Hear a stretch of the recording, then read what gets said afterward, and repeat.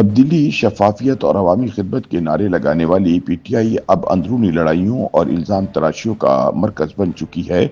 تازہ اطلاعات کے مطابق عمران خان اور بشرا بیوی کے قریبی ساتھی سمجھے جانے والے زلفی بخاری پر بانی P T I Imran Khan کی اپنی ہمشیرہ روبینہ خان ہی حملہ آور ہو گئی ہیں۔ روبینہ خان نے زلفی بخاری پر سنگین الزامات عائد کرتے ہوئے ان کی سیاسی حیثیت اور کارکردگی پر سوال اٹھا دیے ہیں۔ مبصرین کے مطابق جب کوئی سیاسی جماعت اپنے نظریات اور مقاصد سے ہٹ کر شخصیت پرستی، سازشوں اور گروہ بندیوں کا شکار ہو جائے تو اس کا انجام انتشار، کمزوری اور عوامی اعتماد کی تنزلی کی صورت میں سامنے آتا ہے۔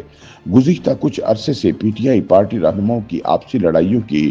زد میں ہے، جہاں وہ شیر افضل مروت کی الزام تراشیاں ہوں یا گنڈا پور کی دھمکیاں، علیمہ خان کے دعوے ہوں یا عالیہ حمزہ کی تنقید، شیخ وقاص اکرم کے میسیجز ہوں یا سلمان اکرم راجہ کی وارننگ، غرض یہ کہ تحریک انصاف کے رہنما ذاتی انا اور مفادات کے لیے دست و گریباں ہوتے نظر آتے ہیں۔ تاہم پارٹی میں موجود اس انتشار کا حالیہ منظرنامہ ایک غیر معمولی مگر شدید نوعیت کی چپقلش کی صورت میں ابھرا، جب بانی تحریک انصاف عمران خان کی اپنی ہمشیرہ روبینہ خان نے پی ٹی آئی کا اہم چہرہ سمجھے جانے والے زلفی بخاری پر سنگین الزامات عائد کر دیے۔ ایسے میں سوال پیدا ہوتا ہے کہ پی ٹی آئی کیا واقعی ایک سیاسی جماعت ہے یا محض شخصیات کے گرد گھومتی ہوئی ایک ناکام تجربہ گاہ بن چکی ہے؟ ناقدین کے مطابق روبینہ خان نے زلفی بخاری پر جو الزامات لگائے وہ محض نجی رائے نہیں بلکہ پارٹی کے اندر موجود بے چینی اور غیر یقینی کی ایک کھلی علامت ہے۔ روبینہ خان کا کہنا ہے کہ اسٹیبلشمنٹ کی سرپرستی میں زلفی بخاری کو پارٹی کے رہنما کے طور پر لانچ کیا جا رہا ہے، باوجود اس کے کہ وہ طویل عرصے تک منظرنامے سے غائب رہے، تاہم واپسی پر خود کو ویژنری لیڈر کے طور پر پیش کرنے لگے ہیں۔ انہوں نے سوال اٹھایا کہ کیا یہ دھوکے باز آدمی اب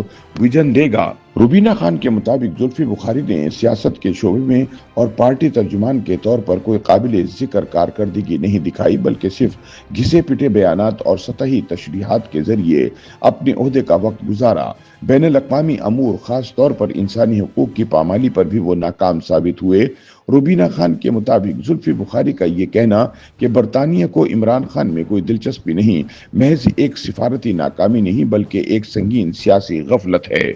روبینہ خان نے اس بات کا بھی انکشاف کیا کہ عمران خان کو آکسفورڈ یونیورسٹی کے چانسلر بنانے کی مہم زلفی بخاری کی ذاتی تشہیر کا نتیجہ تھی، جو نہ صرف خان صاحب کی جگ ہنسائی کا باعث بنی بلکہ پارٹی کی ساکھ پر بھی سوالیہ نشان چھوڑ گئی۔ روبینہ کے بقول زلفی بخاری خود تو پڑھا لکھا نہیں، لیکن آکسفورڈ یونیورسٹی کو ذاتی عزائم کے لیے استعمال کرنا چاہتا تھا۔ تاہم زلفی کے اس اقدام نے قید میں موجود عمران خان کو ایک غیر ضروری تنازع میں پھنسا دیا جس کی ضرورت ہی نہیں تھی۔ ان کا کہنا تھا کہ ہر شخص کو اس بات پر سوال اٹھانا چاہیے کہ زلفی بخاری اصل میں کس کے لیے کام کر رہے ہیں، کیونکہ یہ بات طے ہے کہ وہ عمران خان کے لیے کام نہیں کر رہے۔ دوسری جانب زلفی بخاری کے قریبی ذرائع نے روبینہ خان کے الزامات کو بے بنیاد قرار دے کر مکمل طور پر مسترد کر دیا ہے۔ تاہم مبصرین کے بقول روبینہ خان جیسے قریبی خاندانی افراد کی طرف سے زلفی بخاری پر یوں کھلے عام تنقید کا مطلب صرف ایک ذاتی تنازع نہیں بلکہ یہ پارٹی میں بڑھتے ہوئے